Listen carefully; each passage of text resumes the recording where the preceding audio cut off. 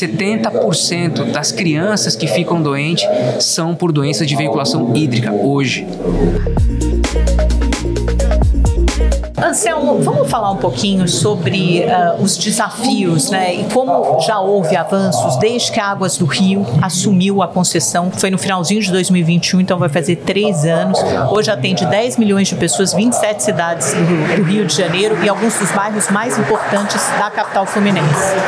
Bom, primeiramente, lembrando de como foi o processo, né? A concessão do Rio de Janeiro manteve o operador anterior, a SEDAI, como produtor de água e as concessionárias assumiram o cuidado com as pessoas. Então, o grande desafio dos primeiros dias era de assumir o sistema, garantir uma travessia segura, contratando em 40 dias 3.800 pessoas, treinando as equipes e assumindo no dia 1º de novembro. Então, na primeira fase da assunção, nós tivemos o início da relação com os nossos usuários, com os nossos clientes. Depois disso, a completude do diagnóstico dos ativos e uma primeira fase de retomada da capacidade operativa da infraestrutura que já estava aí. Então, quando você olha os efeitos da Baía de Guanabara começando a aparecer, Praia do Flamengo balneável, Lagoa Rodrigo de Freitas balneável, é a primeira fase da recuperação dos ativos que estavam construídos, mas que precisavam de investimentos para retomada de capacidade operativa.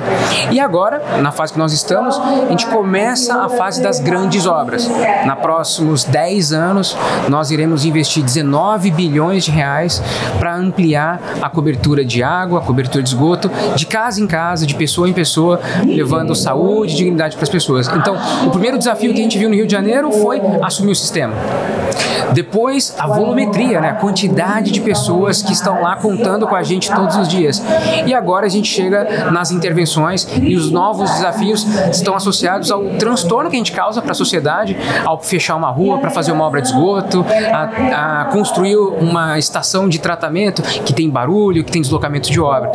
Esses seriam os grandes desafios que a gente está vivendo no momento. Então, essa primeira fase da concessão, por assim dizer, a segunda fase vai ser focada principalmente em obras, grandes obras de infraestrutura, e a primeira fase foi focada principalmente em investimentos relacionados ao quê? A primeira fase foram os investimentos, a retomada de capacidade operativa dos ativos que nós recebemos da SEDAI. Um exemplo, a segunda maior estação de tratamento do Brasil fica no Rio de Janeiro, é a Et Alegria. Ela foi pensada para 7.000 litros por segundo, foi construído um primário para 5.000 litros por segundo, secundário para 2,5. Quando nós assumimos, ela não tratava 800 litros por segundo. Então, quer dizer, vocês têm que chegar aos 7.000, retomar a capacidade de produção. Então, hoje, os investimentos, que são investimentos importantes, estão associados à retomada de capacidade dela. O interceptor oceânico, que sai do aeroporto de Santos Dumont e chega até Copacabana, aqui no Poço 5, pertinho aqui do hotel, o que a gente vê é que ele perdeu a capacidade de transporte e o esgoto começou a vazar em vários pontos. Praia do Flamengo, Marina da Glória. Então é conserto mesmo, né? Remendar o que já existe. Sim, mas imagina um túnel de 5 metros de diâmetro com 3.000 toneladas de lixo. Não é um conserto simples. A gente interferiu na logística da cidade, interditando a orla de Copacabana com os nossos maquinários para tirar árvore, para tirar patinete, para tirar toda sorte de resíduos, PET, plástico, lixo, de dentro do sistema. Sim. Então, o processo de retomada de capacidade, ele é invisível, mas ele foi super importante. Então, esses investimentos que hoje montam 3,5 bilhões de reais desde que nós assumimos, basicamente trouxe retomada de capacidade e novas ligações de água para famílias que não tinham acesso ao saneamento antes da gente chegar. Quanto isso se expandiu, por exemplo? A quantas famílias que não tinham acesso à água tratada passaram a ter? 624 mil pessoas passaram a ter água pela primeira vez em casa, em 3 anos. É inacreditável, né? Nós moramos com 10 milhões de pessoas e, de fato, o saneamento é um privilégio de quem tem mais. O que nós estamos trabalhando agora, cada dia uma casinha nova, é reverter esse processo, olhando para quem precisa de fato do serviço. Anselmo, quando você olha para o marco legal de saneamento que prevê a universalização até 2033, na parte que cabe a Águas do Rio, até quando vocês vão conseguir cumprir isso, essa meta? Olha, o contrato do Rio de Janeiro foi um dos primeiros a serem anunciados e lançados depois do advento do marco. Então, ele deixou a pista toda de tempo até 2033, com metas bastante palatáveis e possíveis para atingimento da universalização até 2033. Então, nós hoje estamos com um programa cronograma até um pouquinho adiantado do previsto, e a nossa consideração hoje é uma convicção plena de cumprimento fiel do que está previsto no contrato. Você, antes da gente começar, você estava abordando uma visão muito interessante sobre o saneamento, que não é principalmente sobre obras de infraestrutura, que é o que a gente imagina, né? Expansão de infraestrutura, mas também um olhar social. Explique para a gente. Claro, o saneamento, né, se a gente pensar em essência o que é o saneamento, é remediar o impacto causado pela cidade. Então as pessoas se aglomeraram, começaram a viver, precisaram de água, então o saneamento primeiro foi buscar água para as pessoas, depois o acúmulo de esgoto ficou muito grande, então tinha que tratar o esgoto porque ela estava contaminando os rios. Olha aí, hoje 75% de todo o esgoto gerado no Brasil volta in natura para a natureza. Então o saneamento nasceu para cuidar das pessoas. A Europa, na época medieval, vivia um alto índice de letalidade por falta de higiene, falta de saneamento.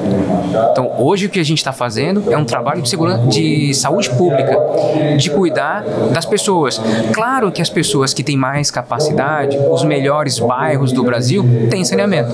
Então, hoje, o saneamento é o que vai recuperar a saúde das pessoas. 70% das crianças que ficam doentes são por doenças de veiculação hídrica, hoje. A cada R$1 que a gente põe em saneamento, R$5 são economizados na saúde. Então, a nossa missão aqui é de alcançar as pessoas que não têm acesso ao saneamento, que está pregoado no marco, de universalizar. Por que o marco é universalizar? Porque hoje ele é para um grupo, e ele deveria ser para todo mundo.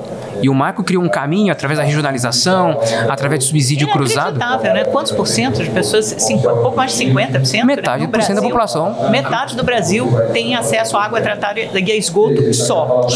É inacreditável. E do que é coletado, esses 100 milhões de pessoas convivem com o esgoto em casa. As outras 100 milhões de pessoas que têm o esgoto coletado, só metade é tratado. Ele só tirou de perto de casa. Está lançando em outro lugar. Ou seja, temos aqui um desafio importante que não é de infraestrutura. A infraestrutura é o como cuidar das pessoas, é o como, mas não é objeto do saneamento. O saneamento deve se concentrar em garantir todos os dias a água com regularidade, todos os dias o afastamento adequado do esgoto e o tratamento dele até o lançamento na natureza.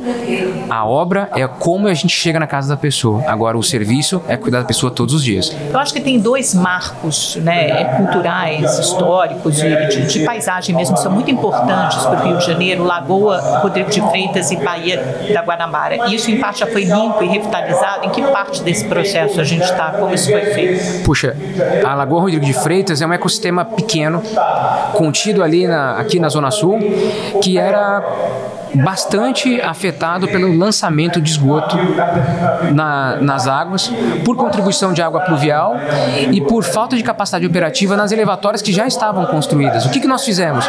No primeiro dia de operação, a gente descobriu que tinha um quiosque que construiu uma infraestrutura e não conseguiu pôr para operar por uma questão de conexão com o operador anterior. A primeira coisa que a gente fez quando assumiu foi automatizar todas as elevatórias. O dono do quiosque não era mais operador de esgoto e nós assumimos o sistema. Fizemos, então, um processo de automação, telemetria, plugamos tudo no nosso centro de inteligência, no nosso centro de operações, lá no Armazém 2 do Pimauá, e conseguimos conter que o esgoto in natura caísse na lagoa. E a explosão de biodiversidade veio só da gente parar de lançar esgoto.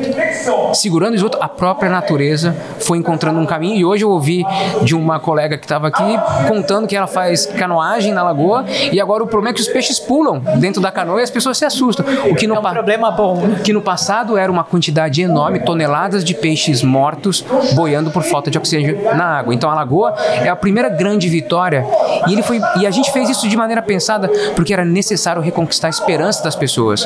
Quantas vezes o Fluminense não ouviu que agora vai, que durante as Olimpíadas vai ser limpo, e continua sujo? Então a Lagoa de Rodrigo de Freitas foi o nosso símbolo eleito para recompor a esperança. E aí, conforme o nosso trabalho foi acontecendo, a gente vai vendo agora Praia do Flamengo balneável, Praia do Botafogo balneável, Marina da Glória com água cristalina, 600 golfinhos entrando na Bahia que não entravam há décadas, Ilha do Governador com praias balneáveis, Ilha de Paquetá 100% saneada. Hoje todo o esgoto da Ilha de Paquetá é tratado numa estação de tratamento em São Gonçalo, ou seja, de parar de lançar 83 milhões de litros de esgoto, a natureza se encarregou de limpar. Anselmo, 3 perguntinhas finais, ping-pong, respostas curtas de 30 segundos. O que te inspira no Rio de Janeiro? cuidar das pessoas, né? Eu acho que a gente está num cartão de visitas lindo e saber que a gente está conseguindo remediar o que foi feito é incrível. O maior desafio no Rio para você, na sua opinião? O maior desafio é alcançar a próxima casa que ainda não tem água, que ainda não tem esgoto. Se você pudesse investir em uma área no Rio de Janeiro, qual seria? Educação. Obrigada. Obrigado. Muito obrigada por acompanhar mais um episódio do Esfera Cast.